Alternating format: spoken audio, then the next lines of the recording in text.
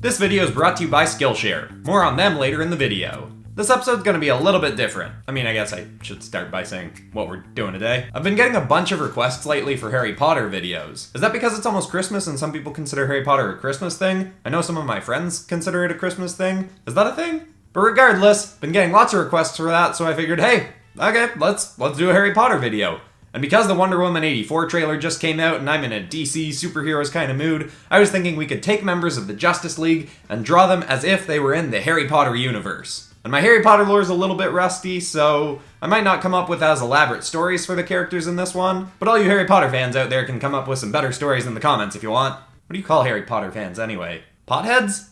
No, that can't be right. But anyway, Justice League in the Harry Potter universe. And the part of this video that's going to be kind of different is I'm not going to be doing my usual thing and drawing in Sketchbook Pro on my Cintiq. I'm going to be drawing on my iPad in Procreate, because I just learned it and I'm really digging it, and I think it'll be a good way to shake things up, which I'll talk more about later. But yeah, first things first, let's jump into the first drawing.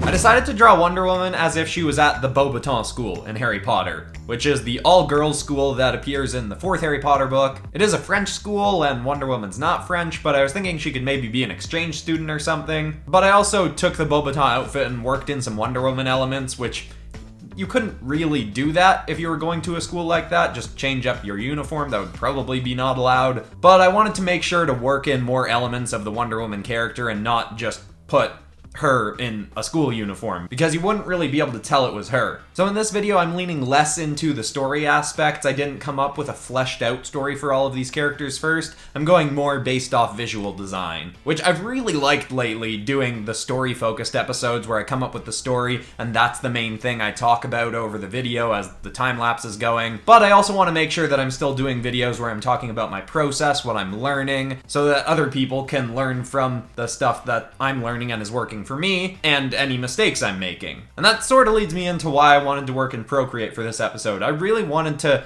shake up my process a bit. I find as an illustrator, I'm always in one of two stages, either learning or applying. Learning is where I'm taking courses and figuring out new stuff, practicing things that I haven't practiced in depth before, and then applying is where I'm just taking the stuff I've learned and applying it in stuff like these videos. And well, in the applying stage, I am still improving. It's usually improving on stuff that I've already learned. Whereas in the learning stage, I'm actively seeking out new skills and techniques. I've been in the applying stage for a while now, and I want to shift myself into the learning stage, so I felt like a good way to kickstart that would be to learn a new drawing software. Felt like a good way to shake up my brain a little bit.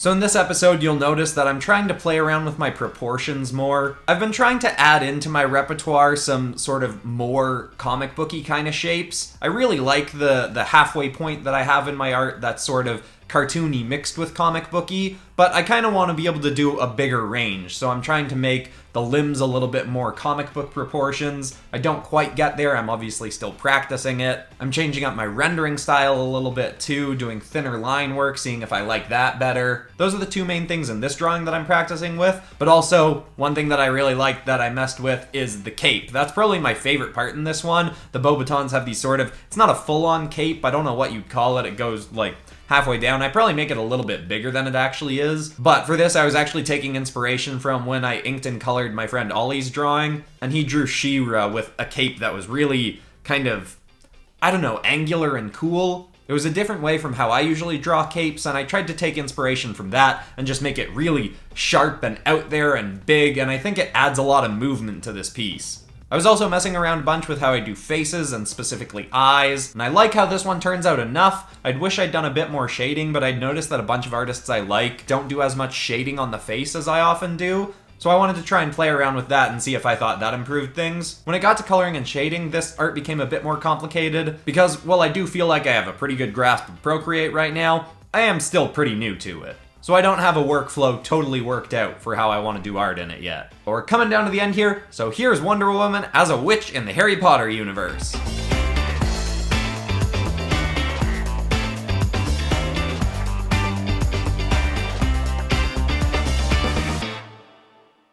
Now as Superman, I decided to draw him as if he worked for the Ministry of Magic. I wanted to put him in some kind of authority role where he was still a savior of some kind, so I thought maybe an agent that works for the Ministry of Magic could kind of work. Although there wasn't a ton I could really do with his outfit going with that idea. And this is where I was kind of starting to realize how challenging this video could be, because in the Harry Potter universe, it's not like taking Overwatch characters and putting them in D&D or something like that, where there's some pretty crazy, cool sci-fi costumes with lots of variety, and then putting them into a fantasy world where there's different kinds of armor and species of character. This, I'm kind of taking superheroes and sort of putting them in normal 1900s-ish British outfits, which was a fun challenge, but it was a challenge and I didn't necessarily always live up to the challenge. I really like how this one turns out, but more for the rendering than for the creativity of the design. You can see I kind of tried working in Superman's logo into his tie. That didn't really end up shaking out. I give him a Ministry of Magic badge that's just an M sort of in the Superman logo shape, but besides that, it kind of just looks like Clark Kent without his glasses on, in a trench coat holding a wand. I am pretty happy with how his face ended up turning out. I think it does look pretty Superman-like. It doesn't look like a face I would normally draw. I drew the eyes a lot smaller, but I think I could go even smaller than that too. And with this one, I had a lot of fun messing around with the proportions. Something I've noticed in artists that I really like lately is they have a lot more variety in terms of the widths of their character. For instance, their arms will be a lot bigger in the bicep tricep, and then get really, really small in the area near the elbow, and then get a lot bigger again in the forearms, a lot smaller again in the wrists, and then a lot bigger in the hands. Which a lot of the times the arms on my characters and different parts of the body will be kind of consistent size-wise throughout. I'll think I'm varying it up in the rough stage, but then in the final rendering, it doesn't look like there's that much variety in the width.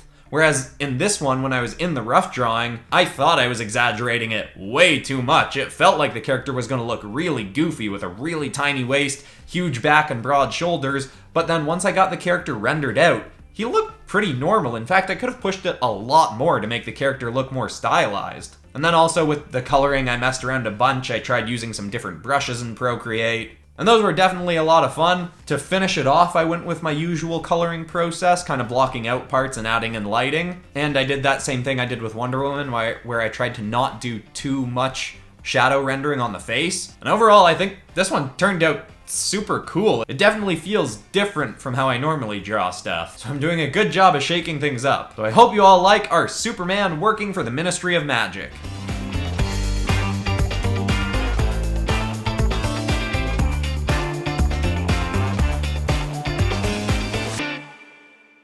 This is so strange. It's nuts how doing something as simple as switching software can really shake up your art.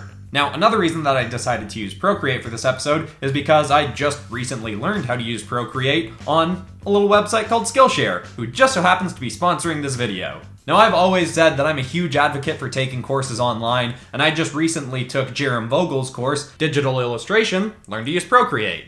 It's really great. If you want to learn to use Procreate, I highly recommend that course. And for anyone that doesn't know, Skillshare is an online learning community with thousands of classes covering dozens of creative and entrepreneurial skills. A premium membership, like the one that I very proudly have, gives you unlimited access so that you can join all of the classes and communities that are just right for you.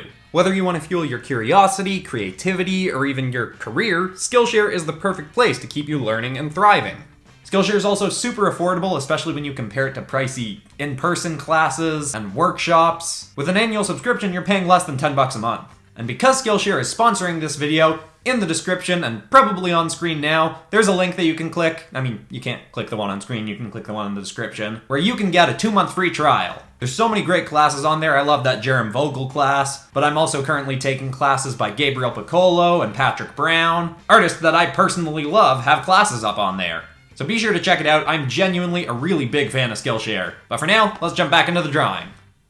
Now, I knew I wanted to draw someone from the Justice League as a Quidditch player, and I thought the best fit for that was the Flash. I messed around with a few different ideas for the Flash. I really wanted to draw him because I love the Flash. I thought about maybe putting him on the Ministry of Magic before I thought of that idea for Superman, making him some kind of wizard forensic scientist. But in the end, knowing that I wanted to do a Quidditch player, I thought Flash was probably the best fit for that. I could picture him personality-wise kind of thriving as a sports star. And I'm seeing this as not the Flash in school playing Quidditch. This is after school, he's become a full-time professional Quidditch player. And for this one, again, because I'm going more off of visual design than off of story design, I worked in more Flash elements to this character. I ended up giving him a mask that's attached to his sort of helmet that I saw some Quidditch players had a helmet kind of like the one I give him. I can't imagine any Quidditch team would actually have their helmet turn into a mask, because why? But I really wanted to work that Flash visual element into there, and I'm glad I did it. And for this drawing, I wanted to work in a bunch of the cool stuff that you can do in Procreate, a bunch of the stuff I learned from Jerem Vogel's class. I end up using the motion blur tool to make it seem like Flash is moving a lot. I use the cloud brush to kind of do some cool cloud rings as if the Flash has just broken the sound barrier, which I highly doubt anyone could actually, go that fast on a broom, but who knows, maybe. I did a little bit less messing around with his size variety than I did with the Superman drawing, because the Flash, when I think of the Flash, I always think of the Grant Gustin one from the Flash TV show, because that's my main exposure to him. I've read Flash comics and seen him in, Justice League stuff, but I always think of Grant Gustin's Flash, who's more lean, skinny runner type than big, bulky superhero. I'm glad I did that. I still tried with the face to make the eyes kind of smaller. I made them a little bit bigger and closer to what I usually do. And then near the end, I also add on this texture called noise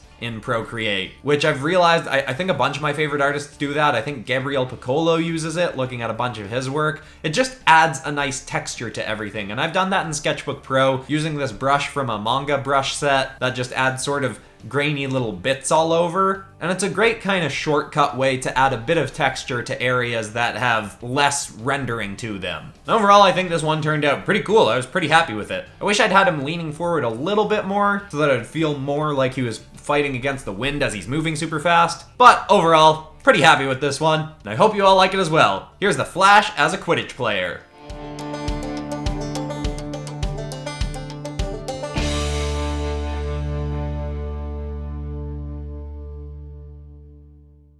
Okay, so I'm only gonna get to one more Justice Leaguer in this episode. Sorry to Aquaman, Green Lantern, Hawkgirl, Martian Manhunter. I'll do more DC episodes in the future. But of course, to finish up, I've got to do Batman. And for this one, what I think I'm gonna do, because I'm really liking the inking in Procreate, I'm gonna do the rough drawing and the inking in here, and then I'm gonna jump on to my usual go-to, Sketchbook Pro, to do the coloring, lighting, and shading and all that. I think this could make a really cool combination, so let's see how it goes.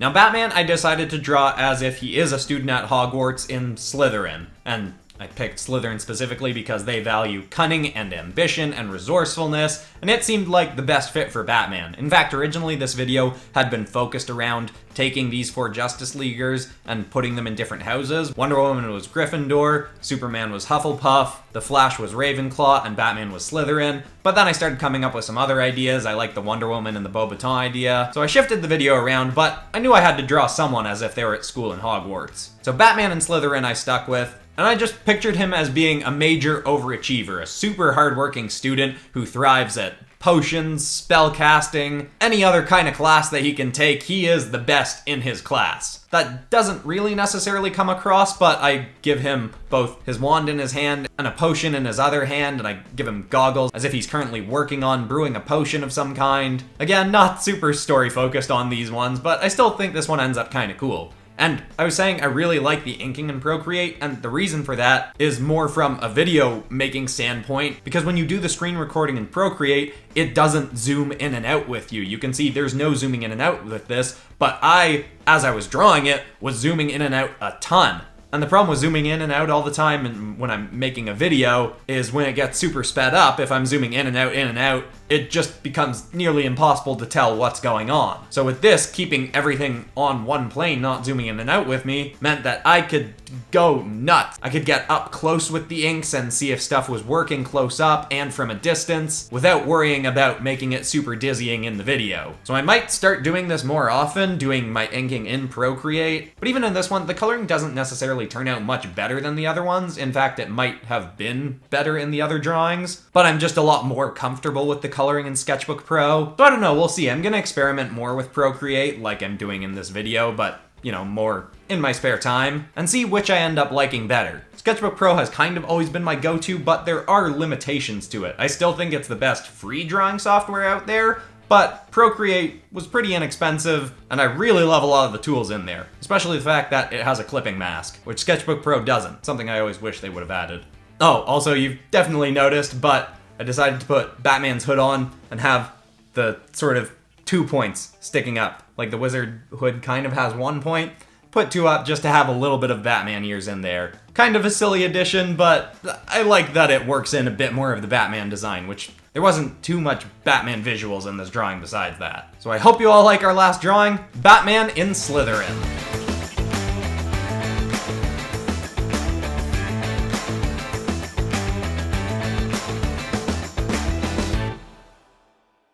Well, these definitely turned out a little bit unusual, but this was a lot of fun experimenting. Very curious to hear what people thought about both the art in this episode and the format of the recording for the drawing, because it's obviously a bit different, the way Procreate records stuff, as opposed to my usual process. But yeah, I hope you all enjoyed this little experiment. I'm going to be doing more of this both on my own time and maybe on the channel, depending on how people react to this video. And remember, if you want to do some experimenting and learning, Skillshare is a great place for that. Link in the description. And thanks again to them for sponsoring this video. But that's all for today, everybody. I'm Christian Pearson. This is Popcross Studios, home of the nerdiest art videos on YouTube, and I will see you all in the next one. Thanks for watching.